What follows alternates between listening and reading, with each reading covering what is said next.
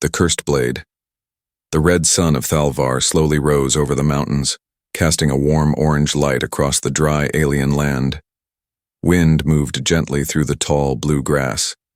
Deep inside the tallest mountain, hidden from the world, stood an old, stone temple. Broken statues and ancient markings covered the walls. In the center of the temple was a black stone slab, and on it, a sword. The sword was unlike anything the aliens of Thalvaar had ever seen. It was long, silver, and glowing, faintly with strange blue light. It had no rust, no dust. It looked new. But everyone knew it was older than memory. Many had tried to lift it. None had succeeded. Some who touched it died instantly. Others screamed and fell into madness. A few turned into stone. The aliens called it the cursed blade. Legends said it was left behind by a god. Only the true hand could hold it. Many believed it was just a story, but others feared the sword deeply. Vexal, an old alien historian with green scales and golden eyes, stood near the edge of the temple. He had studied the sword for 20 years.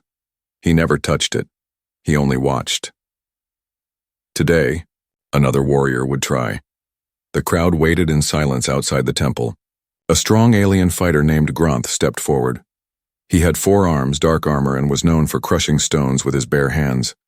The crowd whispered his name like a prayer. He will lift it. He is the strongest. He has no fear. Vexal watched carefully. He will fail, he whispered. Gronth stepped into the temple. He walked slowly, his heavy boots echoing on the cold floor. He reached the sword, grinned, and grabbed the handle with both upper hands. Nothing happened. Then the ground began to shake. Gronth's eyes widened. His skin started to burn. He let out a roar of pain, fell to his knees, and tried to let go. But the sword held him. Blue light traveled through his arms, his body froze. Then, silence.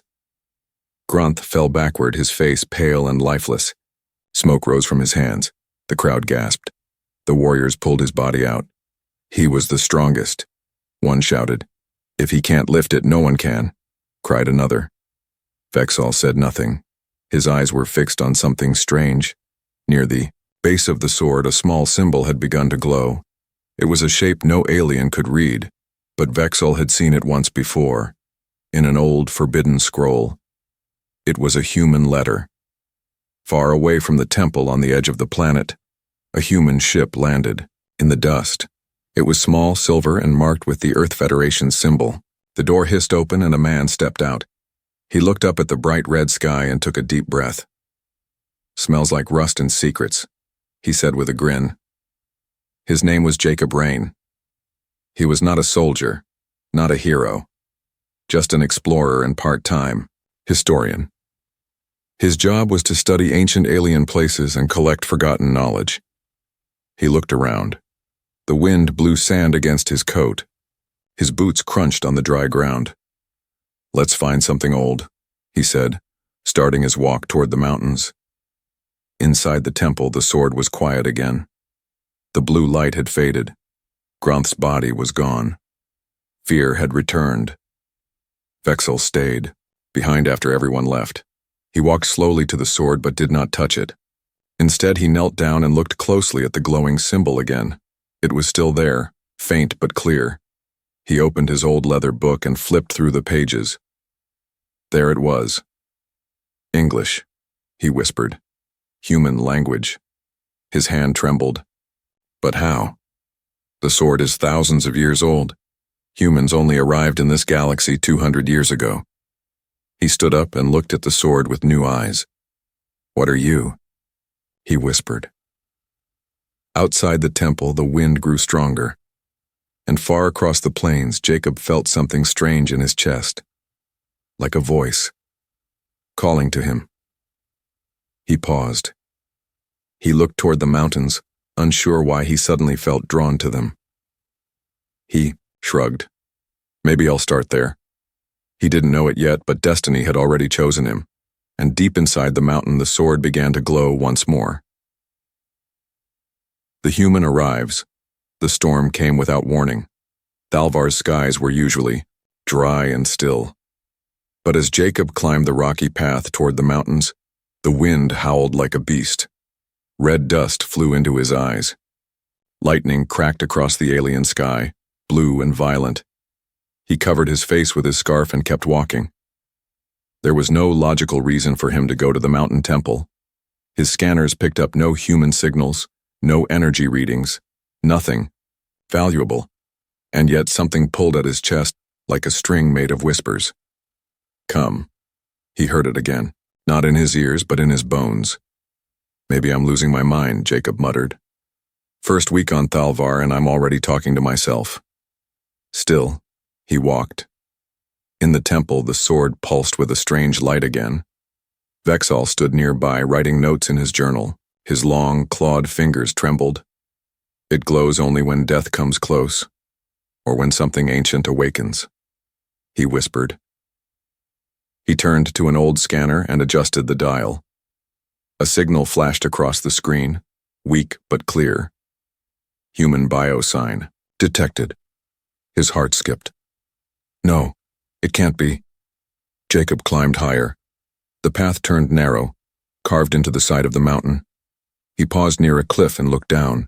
The world of Thalvaar stretched below, red fields, alien forests, sharp rivers glowing purple in the distance. Then he saw it, the temple, carved into the mountain like it had always been there. He blinked. It's beautiful, he said softly. Why didn't the archives mention this place? He started down the slope. The entrance was massive, 2 stone pillars reaching high into the sky, covered in strange alien writing.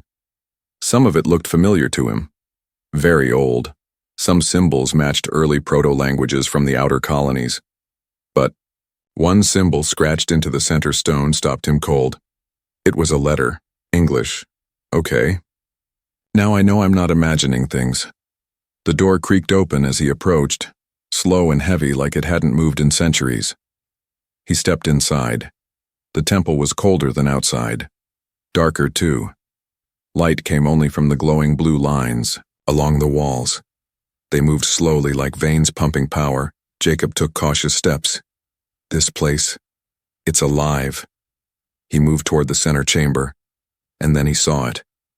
The sword. It rested on a black stone, shining dimly with blue light. The air around it felt thick like the moment before a thunderstorm. Ancient power hung in the room. He moved closer. His hand reached out without thinking. The sword pulsed. Jacob froze.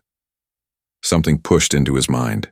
Not pain, not fear, memories, but not his. He saw creatures with wings flying over stars, a massive war, planets burning, a race of light and shadow falling, and a figure, a tall one holding the sword standing against the dark. Then a voice. You are not him, but you carry the spark. Jacob stumbled back, breathing fast. What the hell was that? But the sword was glowing brighter. Outside, the temple. Alarm screamed inside Vexal's old ship. The human was inside. Vexal grabbed his staff and ran toward the temple, his heart racing. No, no. The council must not know yet. He rushed up the steps as fast as his old legs allowed. Inside, Jacob moved around the sword now. He studied the platform, searching for any signs of traps or pressure plates. Then he noticed carvings on the stone floor, battle scenes, alien warriors falling before a single figure, a figure holding this very sword. The carvings ended with one sentence written in deep alien runes, "Only the soul unshackled may wield the flame." Jacob frowned. Soul unshackled? What does that even mean? He reached out again. This time his fingers touched the hilt. The room went silent. Even the wind outside stopped. And the sword didn't burn him. It hummed. Vexal entered the temple, just in time to see it. The human's hand on the sword, and the sword accepting him. Vexal gasped, falling to his knees. By the stars, it's true. The blade has found its chosen.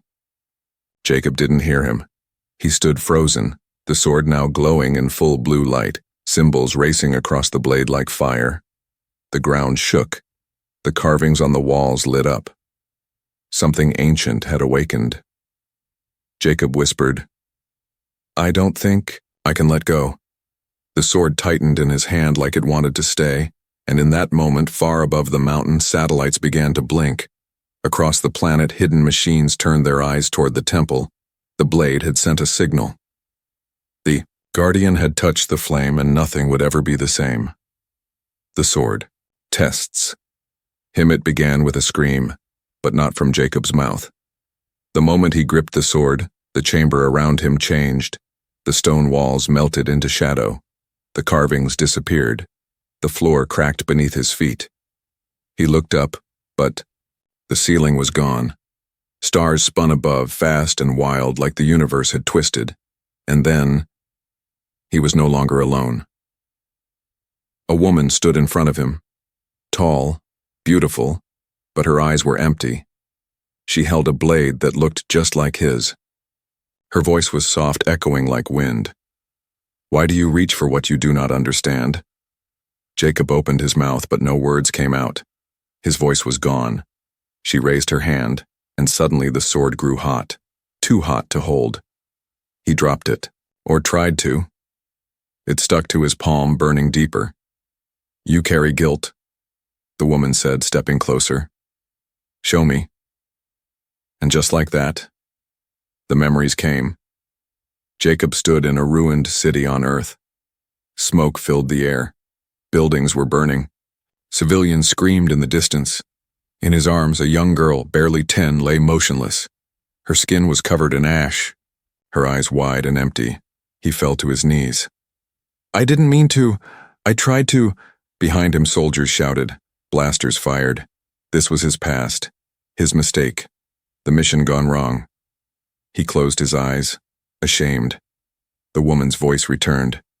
"You let her die," Jacob whispered. "I couldn't save her." "You didn't try hard enough." He shook. "That's not fair." The scene faded. Now he was back on a spaceship. The Federation ship Lyra 9. He was arguing with his captain. "We need to help that alien colony," Jacob shouted. "We have orders," the captain replied. Jacob stormed out. He never returned to that colony. 2 days later, the whole planet was destroyed by pirates. He had done nothing.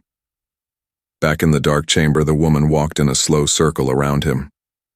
"You have failed. Again and again. Why do you deserve the flame?" Jacob fell to his knees. The sword glowed in his hand, growing hotter. His skin blistered. The pain was real. But then, he looked up. "I don't deserve it," he said softly. "I'm not perfect. I've made mistakes." The woman stopped. "But I learn from them. I carry them, I don't hide." He stood, even as the heat burned deeper. "I'm not here to be a hero. I couldn't turn away from it. The sword called me, and I came." The woman's eyes flickered. "And if it breaks you?" Jacob gritted his teeth. "Then let it. I'd rather be broken trying to do the right thing than live with doing nothing." The silence returned. The sword cooled in his hand. Then the stars above disappeared and the temple returned. Jacob gasped and dropped to one knee. The sword still pulsed, but no longer burned him. Vexal ran forward. "You survived the trial," Jacob blinked. "Trial?" Vexal bowed his head. "The sword, it sees your soul. It shows you your deepest failures. If you run, you die. If you lie, you go mad. Only those who face their truth may hold it." Jacob sat down on the cold floor, exhausted. "I saw her, the girl, the colony, everything. And you lived," Vexal whispered. "It has chosen you." Suddenly, a deep boom shook the temple. Lights flashed across the walls. A hidden mechanism clicked open, revealing a doorway Jacob hadn't seen before. Inside, a spiral staircase led downward, into darkness. The sword glowed bright blue in his hand. Jacob stood up slowly, still breathing hard. "What's down there?" he asked. Vexal looked at him with awe. Whatever it is, no one has seen it in 1,000 years. The sword buzzed, with energy again, pointing forward like it wanted to lead him. Jacob looked at Vexal. I guess I'm going first. And together they stepped into the dark below, into secrets long buried by time, war, and fear. But now, awake again. The prophecy awakens. The air changed the moment Jacob stepped through the hidden door. It wasn't just colder. It felt heavy, like the darkness was alive and watching. The spiral staircase went deep, far deeper than the temple itself. Each step echoed softly, swallowed by the silence below. Strange blue veins of glowing crystal lined the stone walls, pulsing in rhythm with the sword in Jacob's hand. Vexal followed closely behind, clutching his staff, eyes wide with ancient fear. No one has walked these halls, he whispered. Not since the first flame vanished. Jacob looked back. First flame? Vexal's voice shook. The one who carried the sword before you. The last chosen guardian.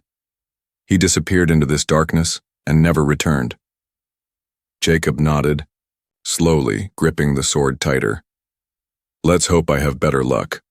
They reached the bottom of the stairwell. A massive metallic door blocked the path, one without a handle, hinges, or key. But the moment the sword came near, it opened by itself. With a hiss, the door split down the center, revealing a chamber unlike anything Jacob had ever seen. Floating in the center of the vast underground room was a sphere the size of a house, shimmering with layered light and swirling data. Holographic images danced around it. Planets, stars, alien faces, ships, wars. The sword in Jacob's hand pulsed like it was alive. The sphere spoke. Guardian recognized. Flamebearer confirmed. Initiating prophecy upload.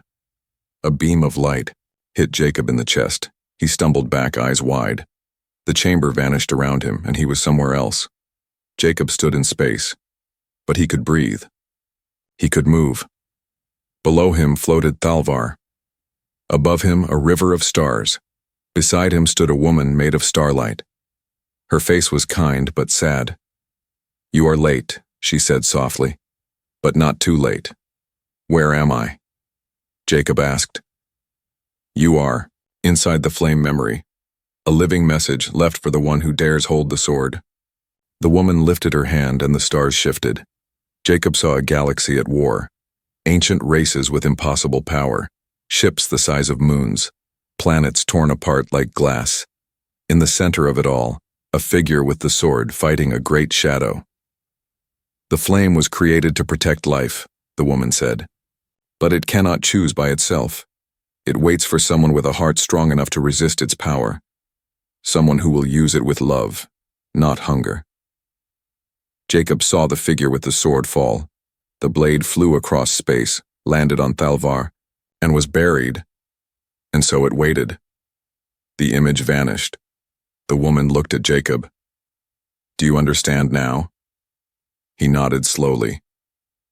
This isn't just a weapon. No, she replied.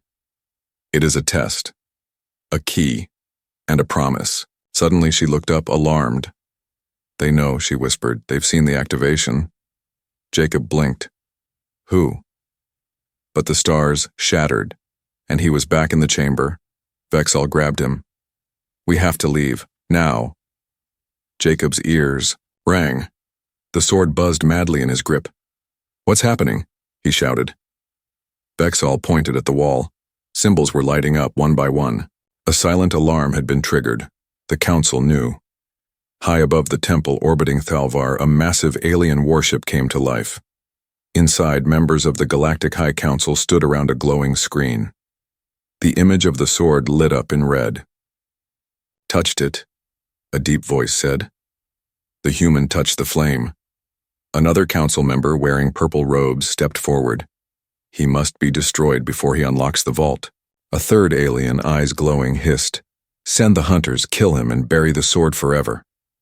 Back in the temple, the ground trembled. Jacob and Vexal rushed up the stairs, the sword's glow lighting the path.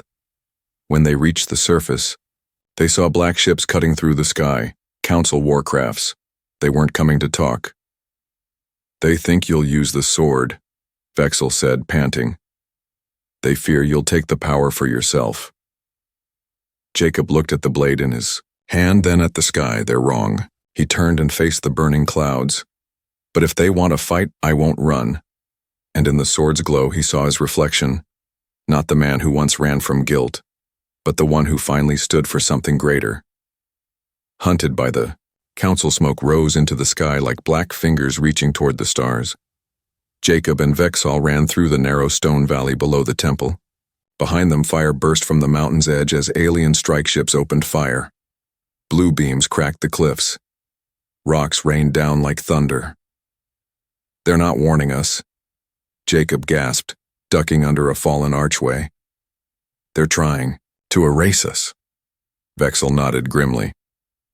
The High Council believes if the sword is destroyed along with you, then the prophecy ends. Jacob looked at the glowing sword in his hand. Too bad they're late. Suddenly, a massive blast hit the ground behind them. Jacob was thrown forward, crashing into a mossy wall. He groaned, blinking dust out of his eyes. Above, shadows moved fast, 6 figures dropping from the sky. Alien soldiers, elite council hunters, wrapped in jet-black armor with glowing green visors. They landed silently like ghosts, weapons already drawn. Their leader raised a hand. The others spread out, surrounding Jacob and Vexel in seconds. You carry a weapon forbidden by the stars, the leader said in a cold voice. Surrender the flame. Jacob stood slowly, sword humming in his hand. And if I don't? The hunter didn't reply. He just raised his weapon and fired. The world exploded into movement. Jacob rolled aside, dodging the blue plasma shot by inches. The sword reacted on its own, raising a glowing shield that deflected the next blast. The hunter looked surprised. Jacob didn't wait. He sprinted toward the nearest soldier and swung. The sword didn't cut flesh. It passed through the enemy, like wind, and the enemy dropped unconscious, stunned, not dead. Jacob blinked. It stopped him without killing. The sword protects life, Vexel shouted, throwing a stun grenade. It does not crave death. Another hunter charged, with a spear. Jacob blocked it, then twisted around and knocked the weapon away. The sword glowed brighter, like it was learning how to defend him better, but they were still outnumbered. Jacob turned to Vexal. We can't hold them off forever. No, Vexal said, tapping on his wristband. But we can disappear. Suddenly, the ground beneath them rumbled and opened. A hidden hatch dropped them into darkness just as the hunters fired again. The blasts missed. The hatch sealed shut. They tumbled down into a metal tunnel, coughing from dust. Jacob groaned. Where are we now? Vexal stood, brushing himself off. Old escape paths from the time of the Flame Wars. Only the temple keepers know them. Jacob leaned against the wall, breathing hard. The sword slowly dimmed again, resting now. I didn't ask for this, he muttered. But it chose you, Vexel replied. It always chooses someone who didn't ask. Jacob stayed quiet for a moment. Then he asked, How long before they find us? Not long, Vexel said.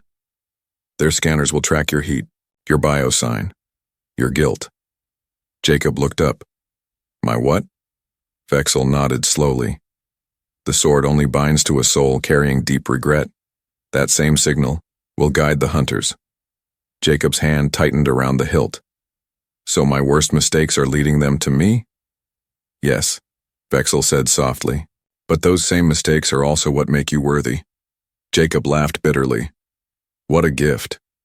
They started moving again through the tunnel, deeper into the earth. High above, the council hunters regrouped.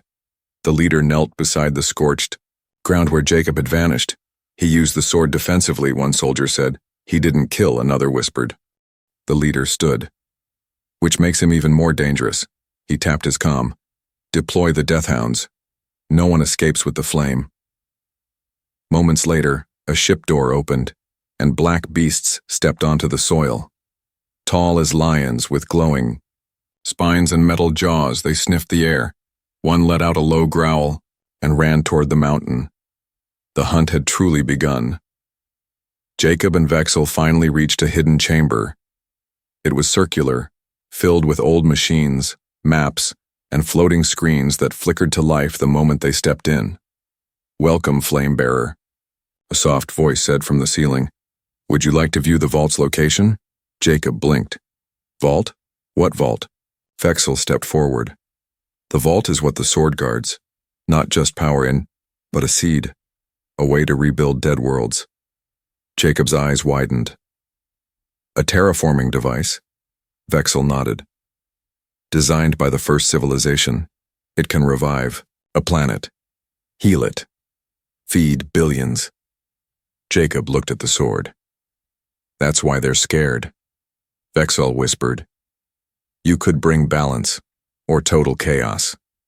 Before Jacob could reply, the sword in his hand pulsed again, this time with warning. A growl echoed through the tunnels. Jacob turned sharply. Something's coming. The walls shook as metal claws scraped along the ceiling.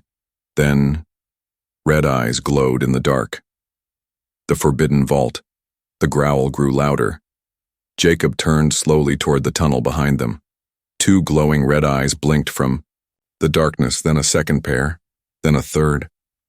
Metal claws scraped stone. The air turned cold. Vexel's voice dropped to a whisper. "Death hounds." Jacob raised the sword. "They look like someone mixed a wolf, a machine, and a nightmare." Vexel stepped back. "They don't just hunt bodies, they smell fear." Suddenly, one of the creatures charged. Its claws struck sparks from the ground. Jacob swung fast. The sword flared with white light and blasted the beast back into the wall, but two more came leaping from the shadows. Jacob dodged the first. The second slammed into him, teeth snapping inches from his face. He shoved the blade. Between them, energy exploded, sending both flying. "Go!" he shouted. "Where's the vault?" Vexel tapped the wall. A hidden panel opened with a hiss. "This way!" They sprinted down a twisting corridor, the sword lighting the path, growls echoing behind them. The tunnel sloped downward, deeper and deeper, until it opened into something unexpected. A city, buried far beneath the surface, the lost city of the first flame blinked to life. Skyscrapers of glowing stone reached toward a ceiling of stars carved in crystal. Floating platforms hovered silently over rivers of light. The air smelled clean, ancient. Jacob froze. "This isn't a vault. It's a world." Vexel nodded. "A last shelter. The birthplace of the sword." As they stepped forward, massive, statues of forgotten alien guardians lined the path, each holding a blade similar to Jacob's but dim. In the center of the city stood a giant metallic tree, its branches made of golden wires and crystals.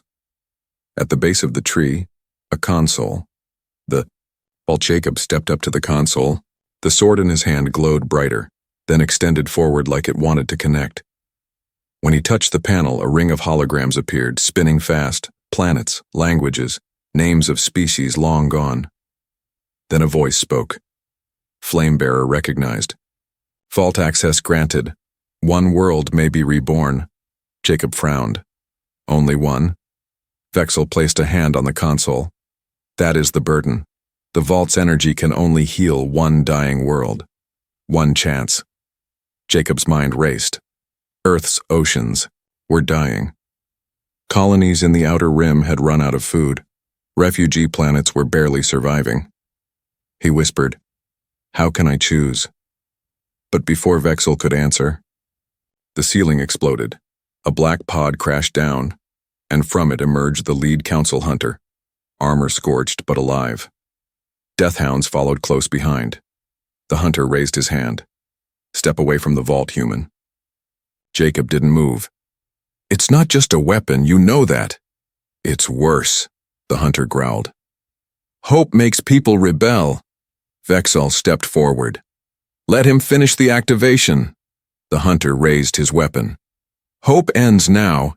He fired. The beam shot straight toward Jacob, but the sword moved on its own. A shield of light flared out, caught the blast, and sent it back. The hunter screamed and fell. The deathhounds backed away, sensing something stronger than fear. Truth. Jacob turned back to the console. The holograms shimmered. He reached forward. The sword touched the panel. The vault began to open. The golden tree's branches lifted. The air around them vibrated. From its core, a glowing seed rose, a sphere of energy spinning with clouds and rivers.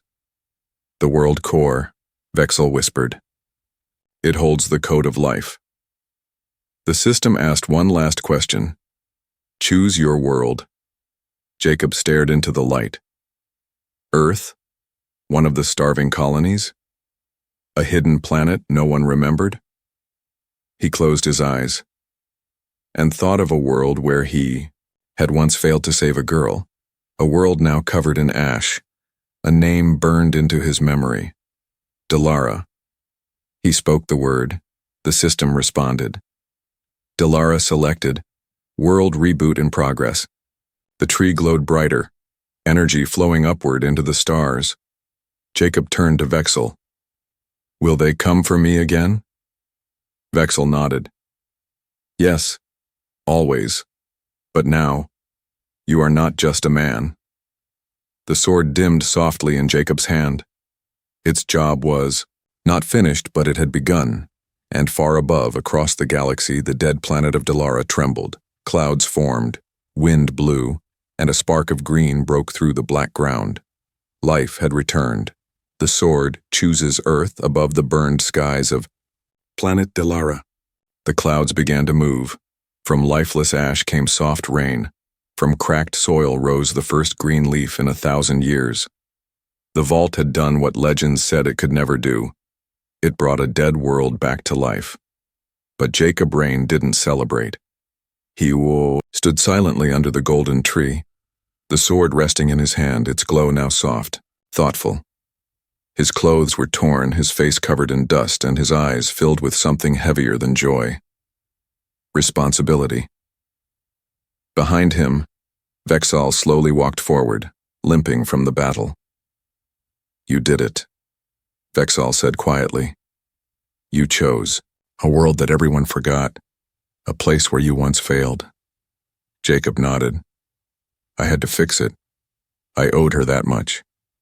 The golden tree stopped glowing. The world core disappeared back into the vault. The city around them fell silent once more, as if going back to sleep. Jacob looked down at the sword. Its light flickered, then pulsed once, like a heartbeat. Then it spoke. Not with a voice. Not with sound. But with understanding. A message in his mind. One world restored. But the galaxy still suffers. Jacob clenched the hilt tighter. I know. The time of waiting is over. The flame must move. He turned to Vexel. What does it mean? Move where? Vexel tilted his head. The sword. It doesn't belong to a planet. It belongs to a purpose. Suddenly the vault platform lit up again, this time showing a new star map. At the very center was Earth. In the council chambers above Thalvaar, panic spread like fire. Thalvaar's revival had triggered ancient sensors. Energy readings shot off the charts. Long-dead satellites around distant planets lit up with recognition. Civilizations that had turned to darkness stirred. The council's top advisor spoke. He's reactivated the flame's path. The Supreme Speaker's eyes narrowed. Where is he taking it? The answer came seconds later.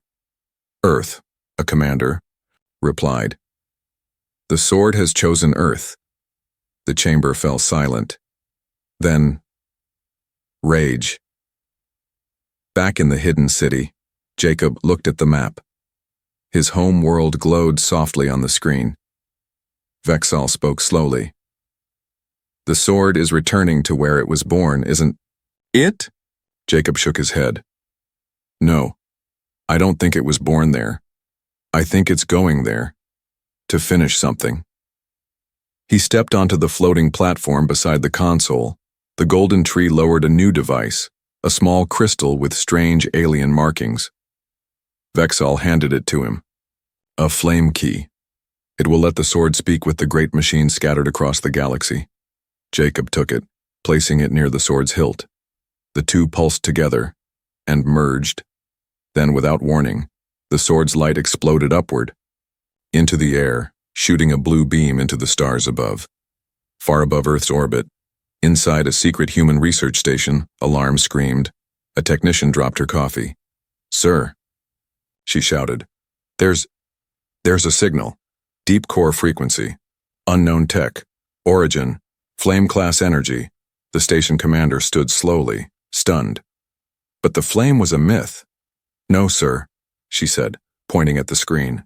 The beam from Thalvaar had hit Earth's atmosphere, and Earth was answering. Jacob stood on the platform as it began to rise through the temple, carrying him toward the surface, toward the stars, toward his home. Vexal watched him go, pride and sorrow in his ancient eyes. "Wherever the sword takes you, remember this," he called out. Jacob looked down. Vexal smiled. "You were chosen not because you are perfect, but because you are human. That's enough." Jacob nodded once, then the platform vanished into the light. The journey across space was quiet. The sword slept. Jacob didn't. He watched the stars rush past as the ship carried him toward Earth. 100 emotions twisted in his chest. Fear, doubt, guilt, but also hope. When Earth came into view, he stood. The sword rose on its own, floating before him. Then it turned, pointing toward a small, broken colony outside the main cities. A refugee zone. Jacob blinked. Why here? The ship descended. As it landed, Jacob stepped out and saw her. A small girl, thin and tired, standing in the dust. Behind her were other children, all weak, all sick, forgotten. She looked up and reached toward him. Not the sword. Him. He knelt down and handed her something wrapped in cloth. A piece of food, saved from the ship. She took it, smiled. The sword pulsed once in approval, and Jacob understood. This was the real flame, not power, not war, but mercy, compassion. The ability to choose good even when no one was watching. As the girl ran back to the others, Jacob stood. The sword rose again, glowing softly. Above him the stars brightened, and deep inside the planet, the vault seed had already begun to grow. Not from technology, but from something far stronger, humanity.